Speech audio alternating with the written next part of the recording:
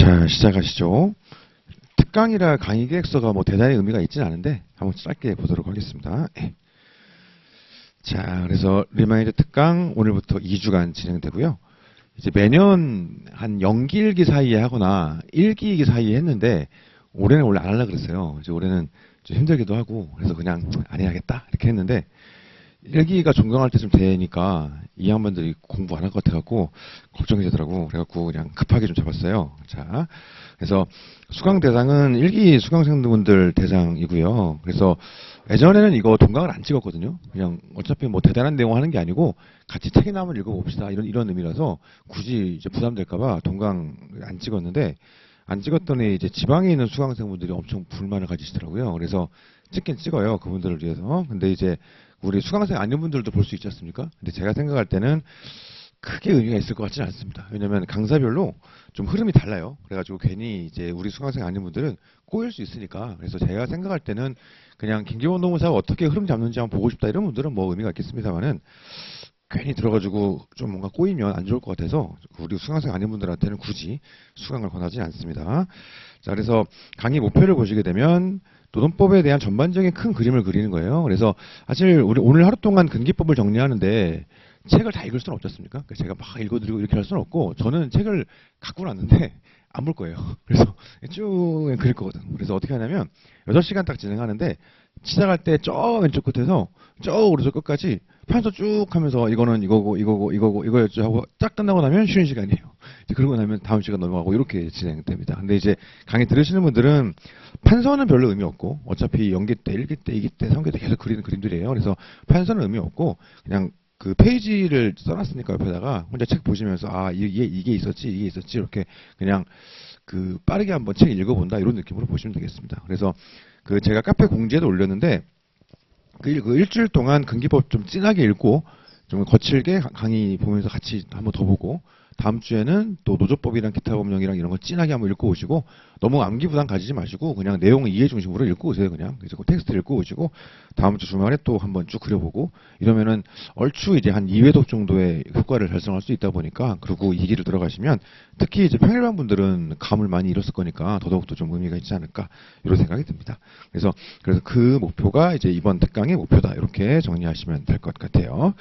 자, 그래서 뭐 진도표는 뭐 다 아시는 것처럼 날짜가 좀 잘못 쓰이긴 한데 이거 작년 거 가지고 하다가 제가 잘못해서 가지고 잘못되긴 한데 아무튼 진도는 이렇게 들어가 있죠. 그래서 강의 계획서는 별로 의미가 없고요. 자, 시작해 보시죠.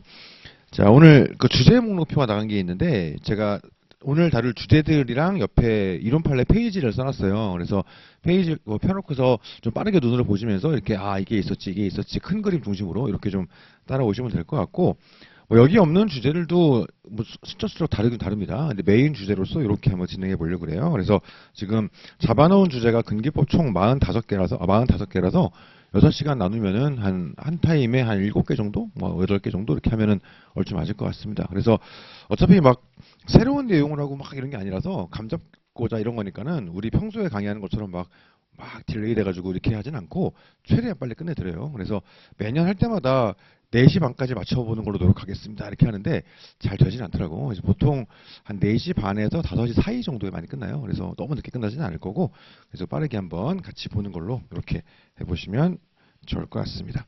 자, 시작을 해보시죠. 제일 먼저 우리가 근기법 파트를 들어가게 되면 근로계약의 당사자 파트가 나왔었죠. 그래가지고 도대체 근기법의 당사자로서 근로자와 사용자는 누구인가 이걸 먼저 봤었어요. 그래서 제일 먼저 근기법상 근로자 이게 나왔었죠. 자, 그러면 우리가 근기법상 근로자를 판단하는 이유는 간단하죠. 사례 문제에서 이 사람은 나는 노동법적 보호를 받을 거야. 특히 근기법에 의한 보호를 받을 거야. 이렇게 주장하고 이쪽에서는 사장님 왜 그러세요? 그러니까 이 사람이 근기법에 의한 보호를 받는 사람인가? 이걸 보려고 하는 거죠. 그럼 뭘 볼 거냐? 당연히 모든 논의는 법 규정으로 시작합니다. 2조 2랑 1호 가지고 시작하죠. 그래서 2조 1랑 1호에서는 직업의 존재에 관계없이 사업 또는 사업장에 임금을 목적으로 근로를 제공하는 자라고 되어 있고 그거를 답안 쓸 때 분설할 수 있죠. 옛날에는 했었어요. 한 15년 전 이럴 때는. 지금은 그렇게 하진 않고 거의 법 규정 북붙하고 뒤에 살짝 이제 이 근로의 의미에 대해서 독립노동이 아닌 종속노동을 의미하는 것이다. 이 정도 잡아주고서 넘어가게 되는 거죠. 결국 우리는 여기서 뭘 보려고 하는 거냐? 그러면은 해석상 종속성이 필요하겠구나. 이 종속성은 어떻게 판단하지? 이걸 보게 되겠죠. 그래서 우리가 판례가 3단 구조로 돼 있었어요. 그래서 첫 번째 판례가 기본 원칙을 얘기했죠. 아시는 것처럼 우리 판례는 실제로 법에 없지만 종속성이라는 해석상 도출되는 요건을 얘기합니다. 물론 근기법에도 종속을 얘기하고 노조법에도 종속을 얘기하지만 실질적인 의미는 다르죠. 근기법에서 종속이라는 것들은 소위 인적 종속, 상당한 정도의 종속을 말하는 것이고 노조법에서의 종속이라는 것은 경제적, 조직적 종속을 말하는 거니까 좀 다르긴 한데 어쨌든 종속이란 말을 씁니다. 그래가지고 계약의 형식이 근로로 돼 있으면 뭐 또 할 얘기가 없겠지.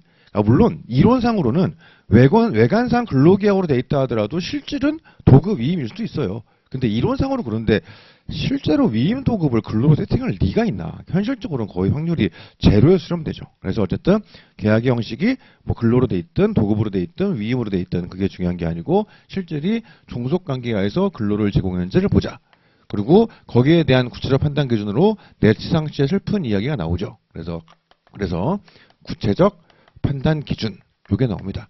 이 구체적 판단 기준이 처음 나왔던 거는 1994년도였어요. 어마어마한 의미지. 그전에는 그전 판례들을 보면요. 이런 세부적인 요소가 없다 보니까 그냥 사실관계 쭉 나열한 다음에 이상의 점을 종합해 보면 종속성이 있다. 뭐 이런 식이라고.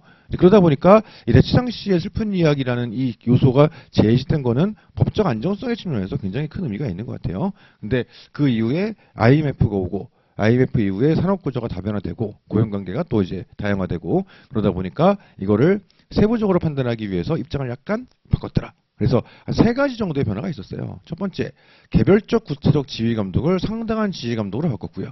그 다음에 기존 요소에는 없었던 뭐 이제 이윤과 손실 초래 등 그 위험 부담, 그게 하나가 추가되었고, 그다음 마지막으로 급세사를 사용자가 경제적으로 우월한 지위를 이용해서 임의로 정할 여지가 크기 때문이라고 하면서 부차적 요소로 뺐죠. 그래가지고 이 3가지 부차적 요소 이렇게 들어갔어요.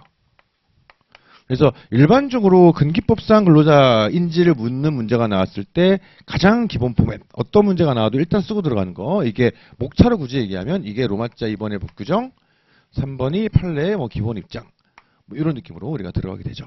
그래서 우리가 이후에는 이 로마자를 굳이 쓰지는 않습니다. 이제 그림만 쭉 그리고 넘어가는데 이제 그냥 시작 부분이니까 한번 좀 더 한번 해봤습니다. 자, 그러고 나면 우리가 2094년도에 처음 이 입장이 나오고 2006년도에 약간의 변화 과정이 있었는데 그 이후에 후속 판결을 보더라도 좀 짜잘짜잘한 플러스 알파들이 있어요. 예를 들어 어떤 사례에서는 취업규칙의 적용 여부도 사용자가 경제적으로 우월한지를 이용하여 임의로 정할 여지가 크다고 보기도 하였고 뭐 각종 플러스 알파들이 있죠. 그런 것들 여기 플러스 알파 물어보면 쓸 수 있을 것 같고요.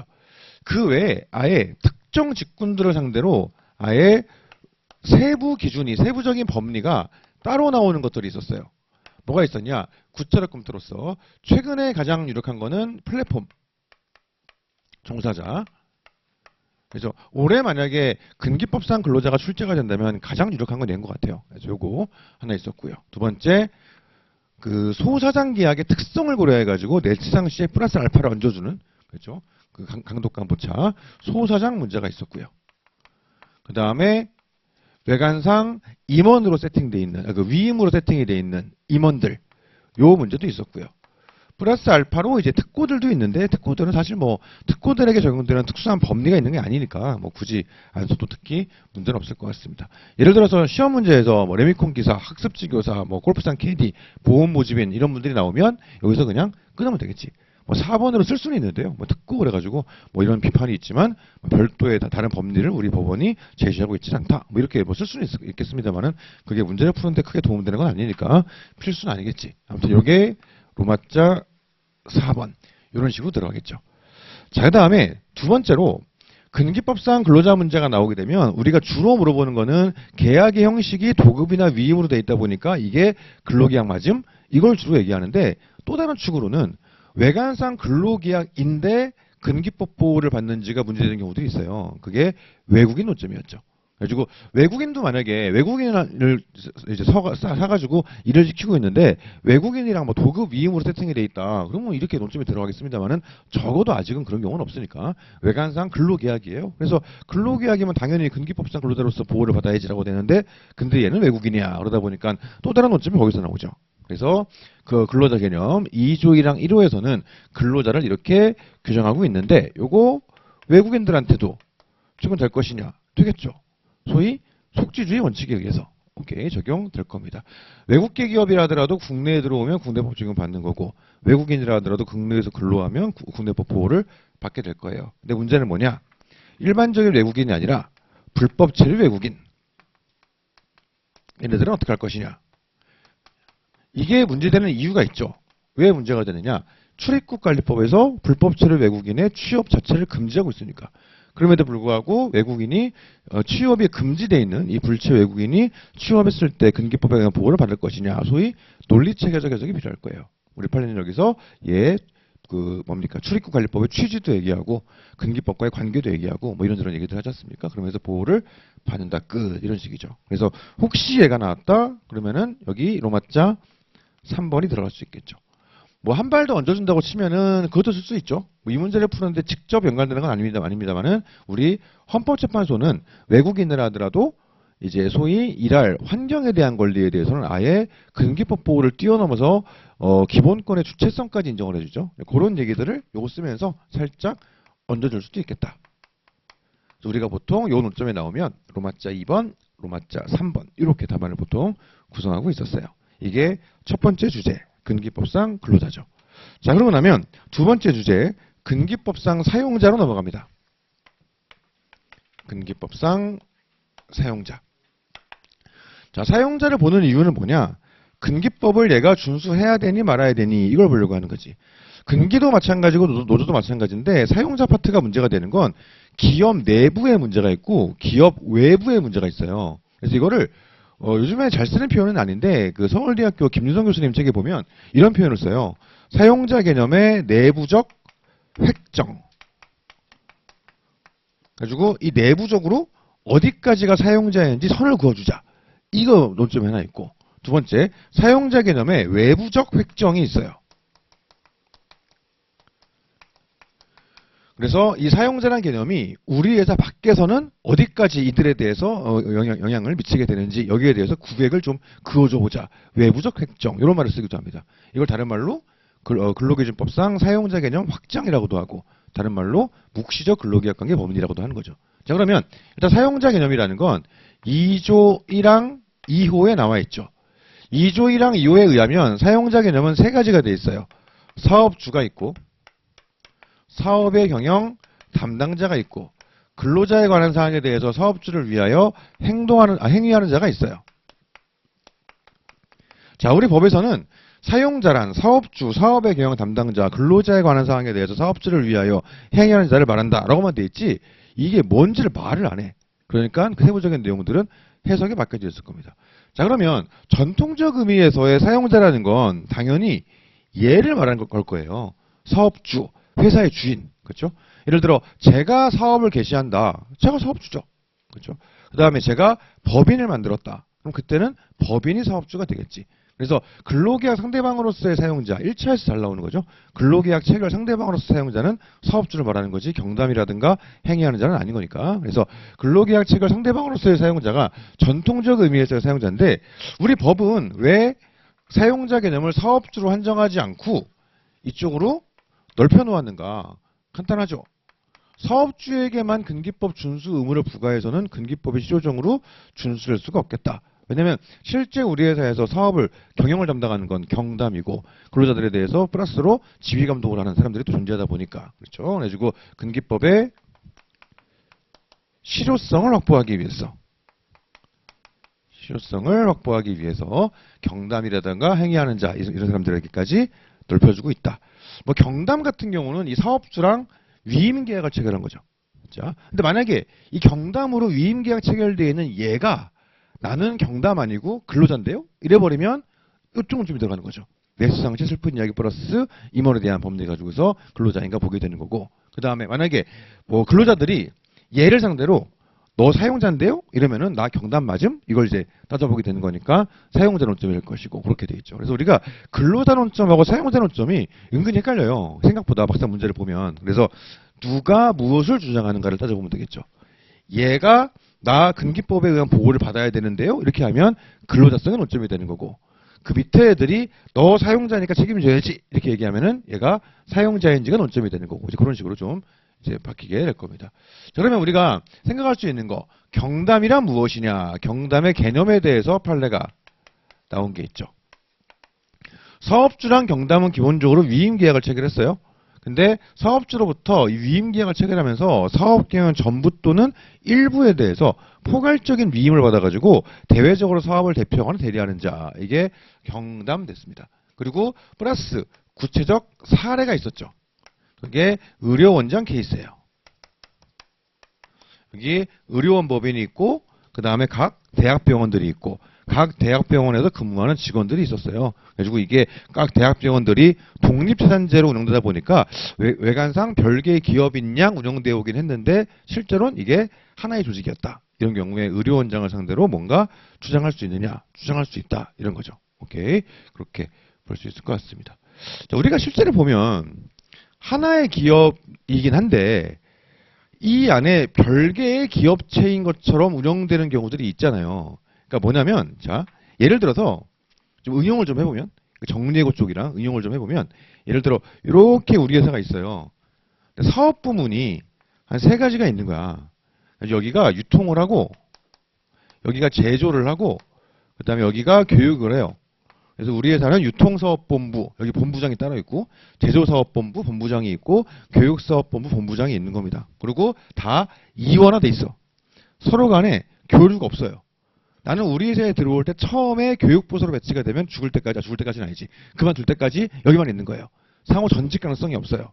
그래서 취업규칙에 불이익 변경할 때도 이원화가 돼 있어가지고 취업규칙도 따로따로 하는데 이원화가 돼 있어가지고 얘네 불이익 변경할 땐 얘네만 뭐 이런 식인 거야. 자, 그래서 얘네가 인적, 물적, 장소적 혹은 조직적으로 분리 독립돼 있고 독립재산제로 운영하느라고 재무예금도 막 달려 가져가고 경영권이 상이해요. 서로 전직도 안 되고 이런 경우라고 치자고요. 그런 경우는 사실상 세 개의 회사가 합쳐져 있는 거랑 별반 다르지 않죠. 그러다 보니까 정리해고할 때 예를 들어 긴박성을 따질 때 여기가 어려워서 정리해고한다. 그럴 때는 원래는 원칙은 전체를 가지고 봐야 되는데 예외적으로 얘네만 가지고 긴박성을 따지긴 하죠. 근데 그건 그거고 만약에 여기서 임금 체불이 됐어요. 근데 교육사업본부가 적절한 돈이 없대. 그래서 뭔 소리냐 해가지고 이 직원들이 이 회사를 상대로 임금 체불을 주장한 겁니다. 되겠어요? 되지 당연히. 그러니까 이거는 별개의 기업과 크게 다르지 않은 그 이런 부분들을 고려해가지고 정리해고의 긴박성을 따질 때 따로 보게 해주는 거지. 그렇다고 얘네가 실제로 별개의 회사인 건 아니잖아요. 당연히 이런 경우를 하더라도 여기에 임금 체불되었다. 그러면 회사가 책임지는 거지. 교육사업본부 본부장이 책임지는 게 아니잖아요. 이 회사랑 대표이사가 책임지는 거지. 그런 느낌으로 볼 수 있는 게 의료원장 케이스예요. 어쨌든 각 대학병원들이 독립재산들이 운영이 되었던 거야. 그래서 이 안에서 임금도 해결하고 쭉 이렇게 했었어요. 이런 경우는 만약에 여기서 뭐 서로 간에 이제 교류도 없다고 치고 그 만약에 대학병원 간에 교류가 없다고 실제로는 있어. 실제로는 있는데 없다고 치고 자 이런 경우를 하면 그러니까 예를 들어서 서울대병원이랑 보라매병원이랑 같은 회사야. 그럼 보라매병원에서 일하다가 저 서울대병원으로 가고 하지 않습니까? 실제로는 교류가 있는데 없다고 치자고 교류가. 그러면 취업규칙 불이익 변경할 때도 따로따로 판단하겠지 이런 식으로. 정리해고할 때도 긴박성을 따로따로 판단할 수 있을 거예요. 근데 그건 그거고 그거와 별개로 임금이 체불되면 의료원이 책임져야지. 그렇지 않습니까? 오케이. 그거 한번 생각해 볼 수 있습니다. 그래서 혹시 나왔다고 치면 일단 기본적으로 여기서 법 규정이 로마자 2번이고 혹시 얘가 나왔다고 치면 요거를 3번에 넣어주면 되죠. 혹시 나왔다고 치면 불이타성이 강해요. 오케이. 이렇게 생각할 수 있겠다. 자, 그 다음에 행위하는 자 같은 경우도 이거 누구지? 이렇게 얘기할 수 있어요. 그러니까 얘 같은 경우는 진짜 억울할 수 있어. 얘는 어쨌든 자기네 회사는 아니지만 자기네 회사인 양 경영을 하잖아, 경영을. 근데 얘네들은 나는 고용돼서 들어온 사람이란 말이에요. 고용돼가지고. 나도 우리 회사 직원이야. 그러니까 이 사람들은 억울할 수 있어요. 그러니까 이분들이 맨날 얘기하는 게 뭐예요? 나도 노동자고 너도 노동자고 우리 노동자인데 나한테 왜 그래? 이렇게 얘기한다고. 그러면 똑같이 얘기하죠. 그럼 너 나한테 왜 그래? 이렇게 되는 건데 아무튼 이제 이분들은 진짜 억울할 수 있어요. 그러다 보니까 범주를 엄격히 잘 잡아야 되겠죠. 그러면 직이나 직급으로 일률적으로 판단할 수 있을 것이냐? 당연히 안 되겠지. 우리 법원은 항상 소위 실질주의 원칙을 얘기하니까 실질을 가지고 봐야 될 겁니다. 그럼 이거는 어떻게 판단할 거냐? 거기에 대한 개념 판례가 얘기해 주죠. 노무관리 등에 대해서 사업주로부터 일정한 권한과 책임을 부여받은 사람, 이런 사람들이 근로자가 하는 사항에 대해서 사업주를 위하여 행위하는 자가 되겠다. 이렇게 한번 생각할 수 있습니다. 자, 그래서 예를 들어서 이 사람이 경담인지를 물었다. 그러니까 의료원장 케이스를 내면서 대학병원에 소속돼가지고 근무하는 직원들이 의료원장이 사용자라고 주장하면서 임금을 체불에 대해서 책임을 묻는 거예요. 자, 이런 경우로 한다면은 로마자 2번 법규정 3번 얘네들이 들어가겠지. 만약에 이걸 물었다. 뭐 그럴 것 같지는 않은데 혹시 물었다. 그러면 로마자 2번 얘가 3번 이래 되겠지. 그렇죠? 이게 기업의 사용자 개념의 내부적 획정이에요. 기업 내에서 사용자는 어디까지 인정되는가. 그걸 생각할 수 있습니다. 자, 그러고 나면 소위 외부의 문제로 나가야 되겠죠. 외부의 문제는 어디서 들어가는 거냐? 사업주에서 파생되는 거죠. 그래가지고 우리 회사가 아닌 남의 회사, 제가 사실은 우리의 사용자야. 이렇게 얘기하는 겁니다. 그러니까 만약에 남의 회사, 다른 회사, 저 회사가 우리의 사용자가 맞다면 그 안에서 또 사용자 개념의 내부적 획정 문제가 발생할 거예요. 그 안에서 어디까지가 경담이고 어디까지가 행동하지 할 것이냐. 그러니까 기본적으로 외부적 획정, 즉 우리가 소위 말하는 묵시적 근로계약 법리는 사업주의 문제예요. 기본적으로는. 사업주의 문제를 통해서 째가 우리의 근로계약 상대방이야가 해결되고 나면 또 그 안에서 내부적 획정의 문제가 발생할 수 있겠다. 이렇게 들어갈 수 있을 겁니다. 자, 그래가지고 우리가 소위 이거를 예전에는 사용자 개념 확장이라고도 많이 얘기했는데 저는 개인적으로 좀 맞는 말은 아닌 것 같아요. 그러니까 노조법에서는 확장이라는 말이 맞는데 노조법에서는 원래는 얘가 사용자인데 일정 영역에서 너도 사용자야. 이런 거니까는 확장이 맞죠. 근데 근기법에서는 얘냐 형식적으로는 얘인데 실제로는 너잖아. 이걸 주장하는 거니까 확장이라는 말은 개인적으로 썩 좋은 말은 아닌 것 같아요. 그래서 근기법상 사용자 개념의 확장 이게 틀린 건 아닌데 저는 개인적으로 묵시적 근로계약 법리 이렇게 그냥 교재에다가 쓰고 있죠. 자, 그래서 우리가 외부적 획정의 문제로서 묵시적 근로계약 법리 요게 문제가 나왔다. 그러면 로마자 2번에 법규정 잡아주고 3번에서 묵시적 근로계약 법리 이렇게 이제 쓰게 되겠죠. 실제 사용자 쪽에서는 나올 수 있는 논점들이 이런 거예요. 어쨌든 이게 제일 유력한데 29회 때 기출이에요. 그래도 굳이 얘기하자면 이게 제일 유력하지. 그리고 약간 불이타성이 있긴 한데 이것도 가능성은 있고 얘는 뭐 설마 낼까 싶어요. 이걸 낸다면은 아마 노조법에서 내겠지. 노조법에서는 행동하는 자도 있지만은 이익 대표자가 있다 보니까 내기 좋아요. 거기 나올 수 있지. 근데 여기 낼 것 같지는 않아요. 근데 혹시 나오면 그냥 그렇게 쓰면 되겠다. 그래가지고 이렇게 가지가 3번으로 갈라지더라. 이렇게 우리는 생각해 볼 수 있습니다. 이게 소위 묵시적 근로계약 법리 원점으로 들어가게 되겠죠. 그래서 우리 판례가 들어가는데 우리 판례 뭐라 합니까? 묵시적 근로계약 법리가 인정되기 위한 요건을 얘기해요. 그래가지고 요건을 저는 그냥 두 가지로 얘기하는데 요건을 두 가지로. 첫 번째가 원고용주의 존재가 형식적, 명목적인 것에 불과하다. 그러니까 실체가 없다. 뭐 이런 거죠. 이게 실무적으로는 경영상의 실체를 판단하고 또 인사 노무상의 실체를 판단하고 뭐 이런 느낌이에요. 그래서 경영상의 실체라는 거는 진짜 말 그대로 회사로서의 실체가 있는가 이걸 판단하고 또 한 측으로는 인사 노무상으로서의 실체를 판단하거든요. 인사 노무상으로의 실체는 뭐겠습니까?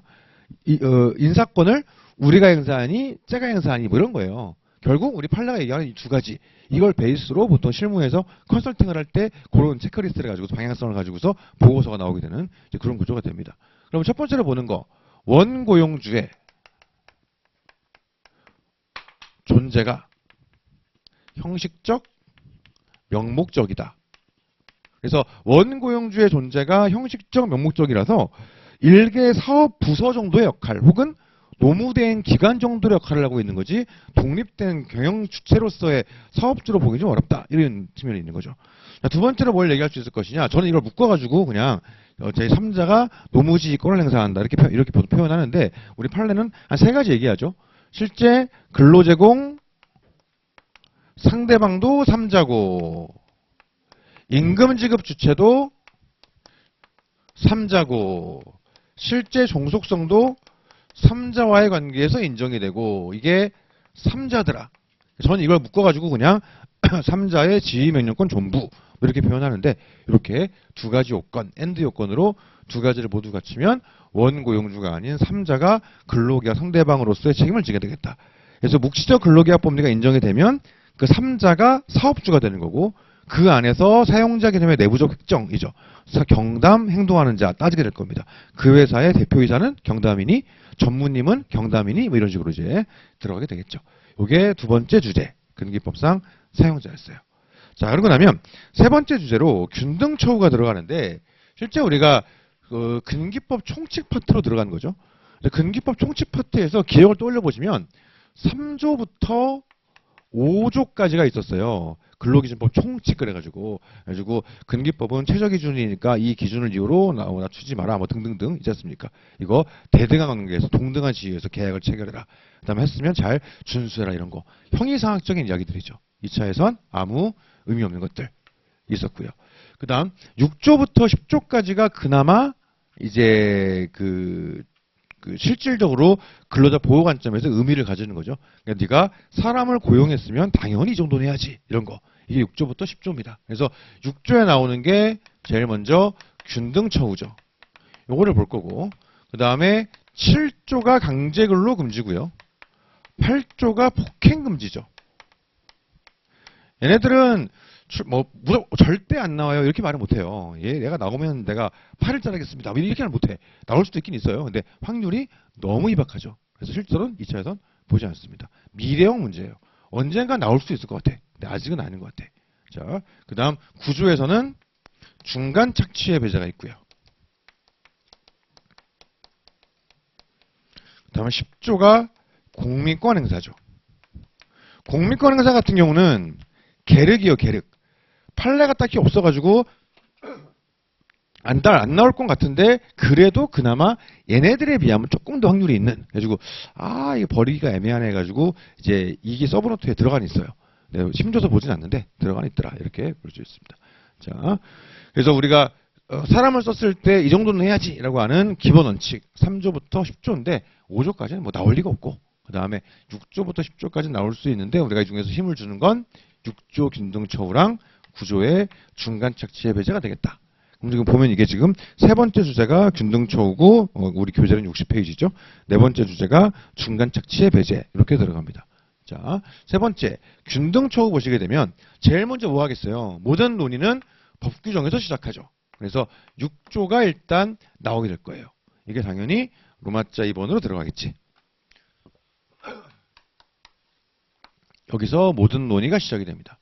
자, 그러고 나면 우리가 차별을 얘기하는데 차별이 되기 위해선 뭐가 필요하겠어요? 세 가지 요건을 갖춰야 돼요. 첫 번째, 비교 대상 근로자가 있어야 돼요. 자, 두 번째, 쟤랑 비교했을 때 내가 뭔가 불리한 처우를 받고 있어야 돼요.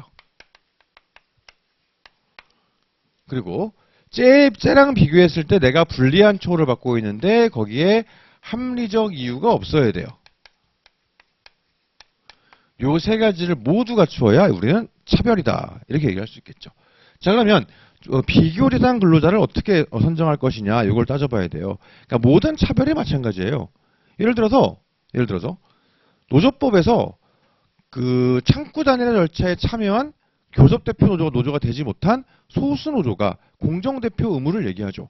그것도 차별이야. 맞지 않습니까? 노동조합 간 차별이니까. 그럼 걔 입장에서는 그 비교 대상자가 누구겠어요? 교대 노조가 비교 대상자지. 간단해. 그러니까 우리가 판례가 굳이 얘기 안 하는 게 당연해서 그래 당연해서. 당연히 제가 비교 대상자지 뭐 따져볼 게 뭐가 있어요. 당연한 거지. 이런 식이죠. 자, 그다음 다시 개별법으로 와서 기간제법에서도 차별을 얘기하니까 거기서 얘기가 뭡니까? 동종 유사 업무를 수행하는 정규직이죠.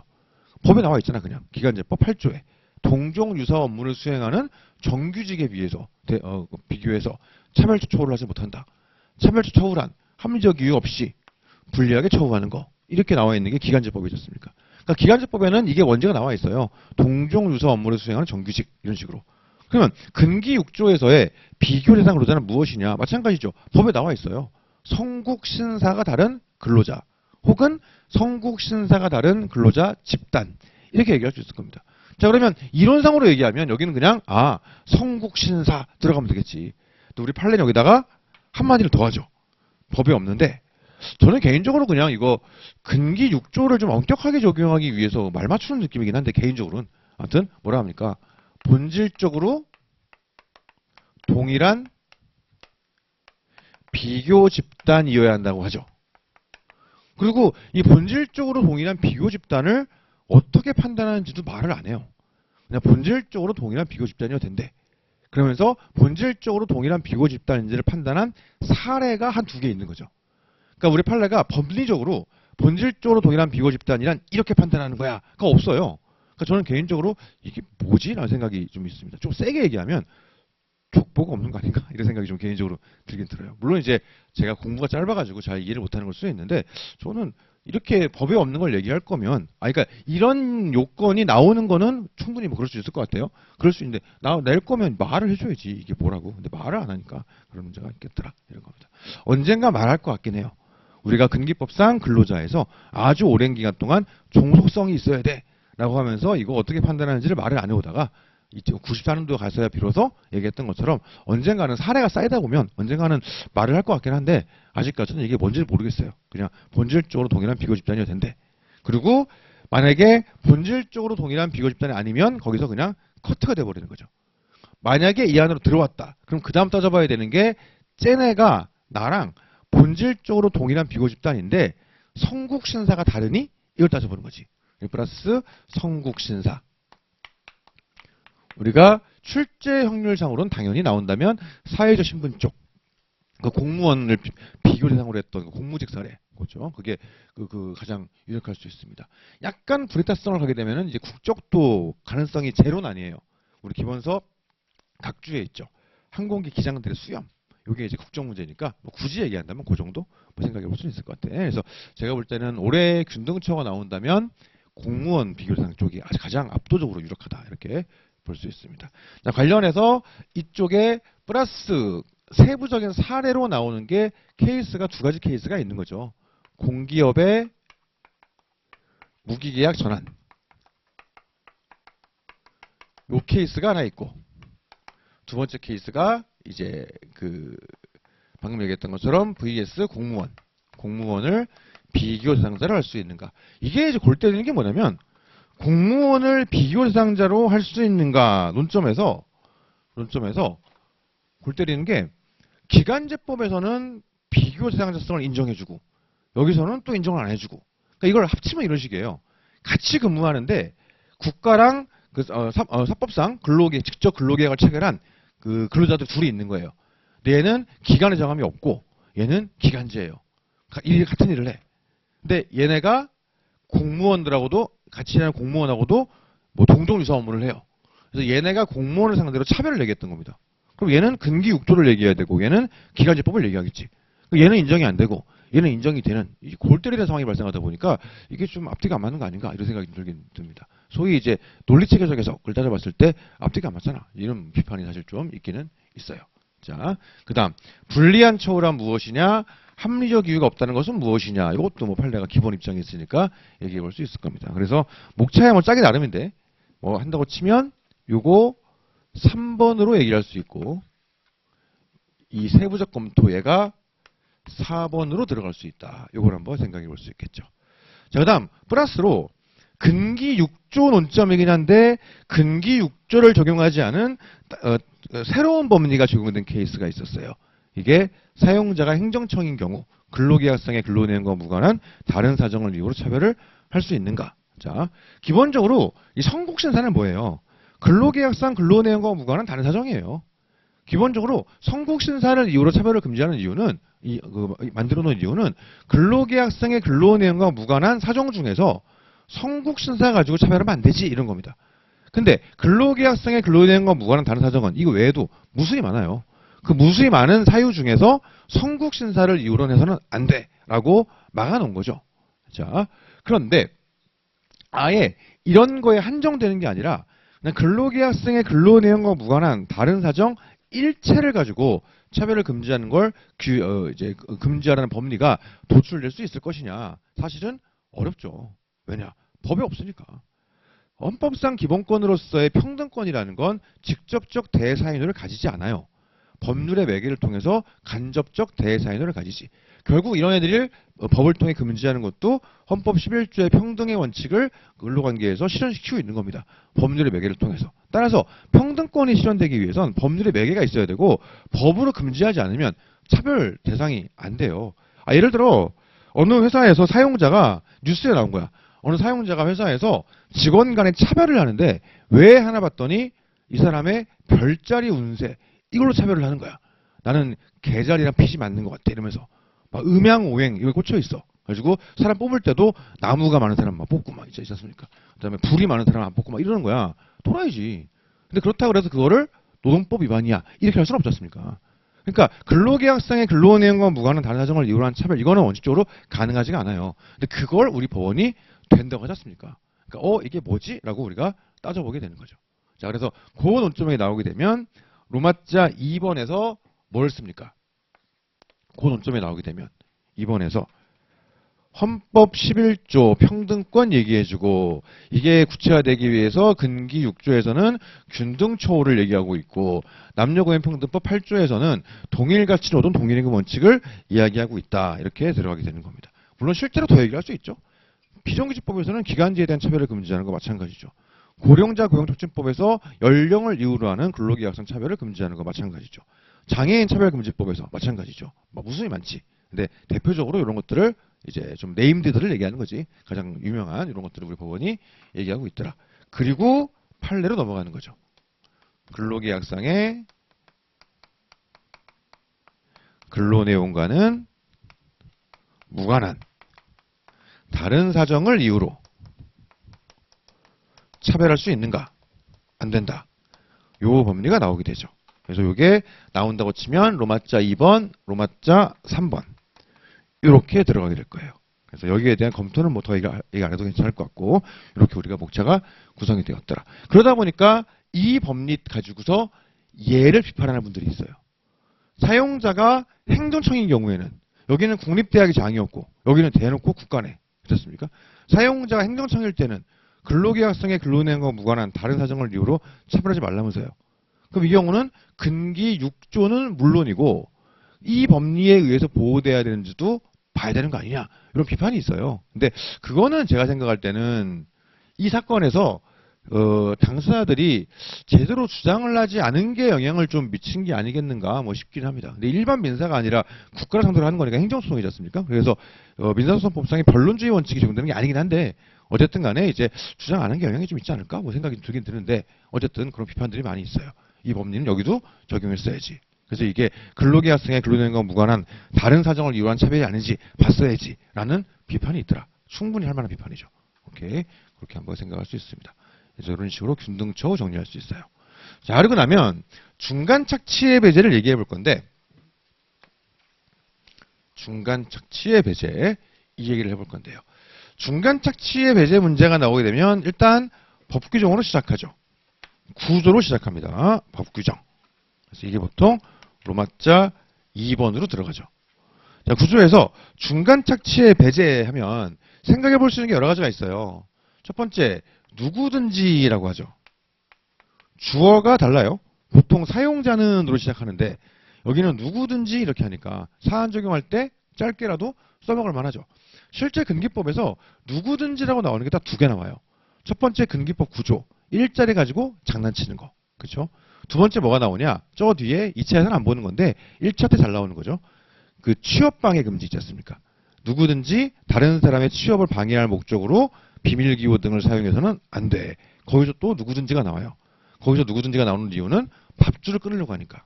그래가지고 누군가의 일자리 가지고 장난을 치거나 밥줄을 끊으려고 하는 거. 이게 처벌도 엄청 세게 하고 아주 이거는 엄격하게 규율하고 있다. 이렇게 볼 수 있습니다. 맞겠죠? 너무 이거는 사악한 거예요. 남의 밥줄 끊으려고 제일 치졸하고 제일 못된 거지. 그렇지 않습니까? 차라리 가서 욕을 하고 때리는 게 낫지. 밥줄 끊으려고 막 거기서 그렇게 하는 게 너무 나쁘지 않습니까? 그러니까 누구든지라고 해가지고 사용자뿐만 아니라 아무도 그렇게는 못하게 이렇게 막고 있는 거죠. 누구든지 금지되는 게 두 가지가 있어요. 첫 번째, 영리로 다른 사람의 취업에 개입한다. 다른 사람의 취업에 개입한다. 두 번째, 중간인으로서의 이익을 취득한다. 그렇죠? 요 두 가지를 금지하고 있다. 영리로 다른 사람의 취업에 개입하거나 중간인으로서의 이익을 취득하는 것. 둘 중에 한 개만 걸러도 되겠더라. 그 다음 플러스 법률에 따른 예외를 얘기하죠.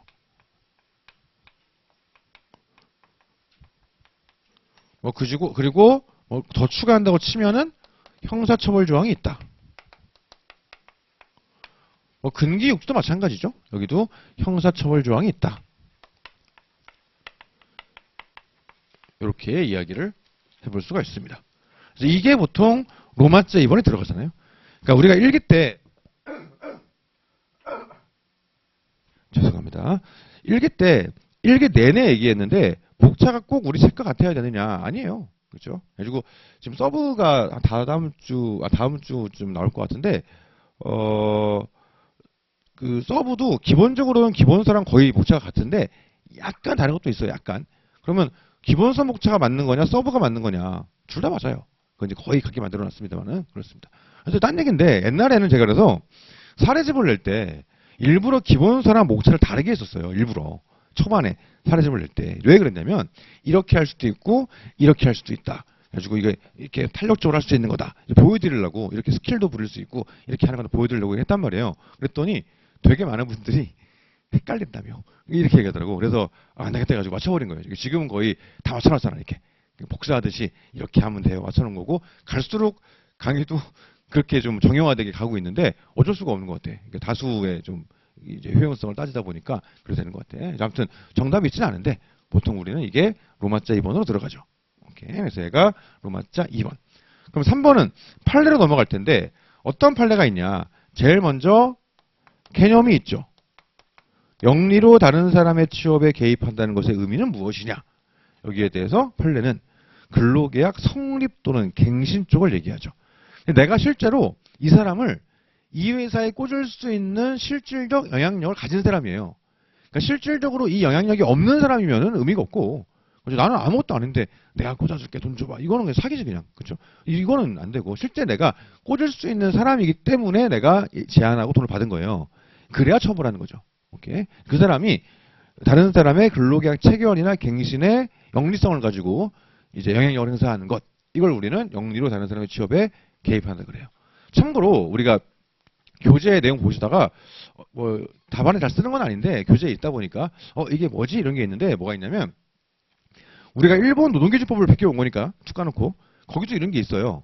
근데 거기는 뭐라고 돼 있냐면 영리로 다른 사람의 취업에 개입을 금지하는데 거기는 업으로라고 돼 있어. 업으로. 업이 뭐예요? 업. 내 직업. 그러니까 업으로 이거 하는 게 금지야. 그러니까 그 일본은 업으로라고 법에 돼 있다 보니까 내가 업으로 하지 않고 한 번 돈 받고 해줬다. 이거는 위반이 아니야, 걔네들은. 근데 우리는 업으로 이런 말이 없죠. 그러니까 내가 직업적으로 하지 않고 한 번 딱 했다라고 하더라도 우리는 위반이다. 이렇게 가도 일종의 좀 비교법적으로 얘기를 해보면 그것도 얘기해 볼 수 있다. 이렇게 들어갑니다. 그 다음 플러스로 만약에 영리성이 없으면 어떡하지? 호의로 한 거면 어떡하지? 이런 문제가 있고요. 물론 실무적으로는 이게 진짜 호의인지 아닌지 판단하기가 애매할 거예요.